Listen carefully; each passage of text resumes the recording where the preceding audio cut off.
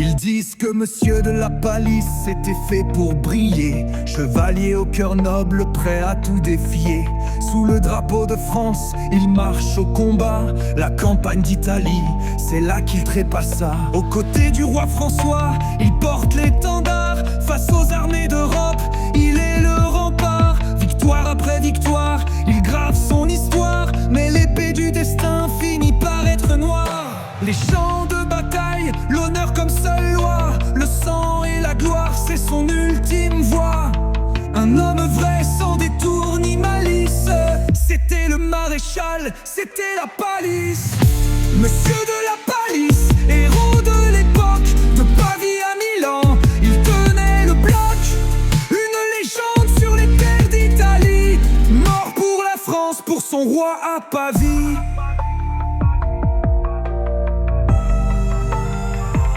Le 24 février 1525, sous le ciel de Pavie, le destin s'écrit sur des terres ennemies.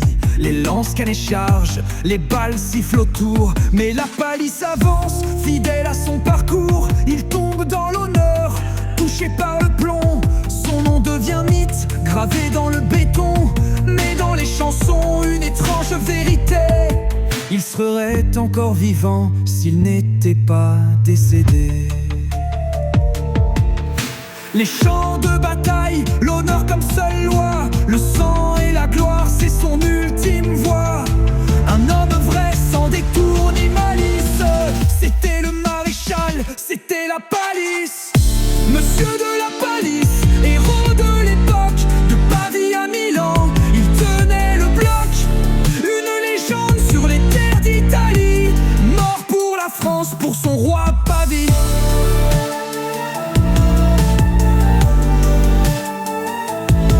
Son cœur battait pour la couronne et le drapeau.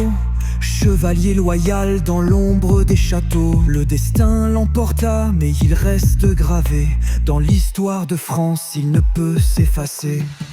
On chante son nom parfois avec ironie, mais sous l'armure il portait l'infini. Monsieur de la Palisse, héros de l'époque, de Pavie à Milan, il tenait le bloc. Une légende sur les terres d'Italie, mort pour la France, pour son roi à Pavie. Le maréchal repose, mais son éclat subsiste. Dans les chroniques de guerre, il est toujours artiste. Un homme de courage, une vie sans caprice. C'était monsieur de la Palisse.